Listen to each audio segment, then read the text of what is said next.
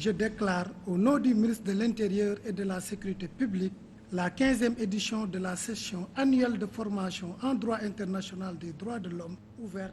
Il sera question de capacité magistrats, avocats, agents de l'administration, société civile entre autres sur le droit international.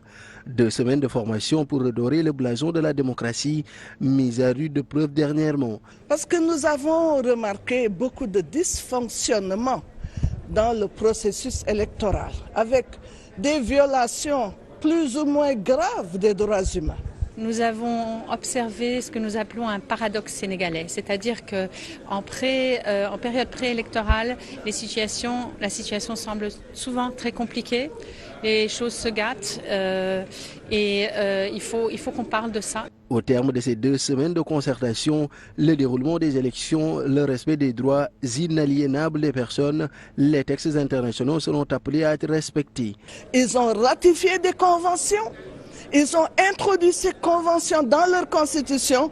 Ils sont obligés de respecter.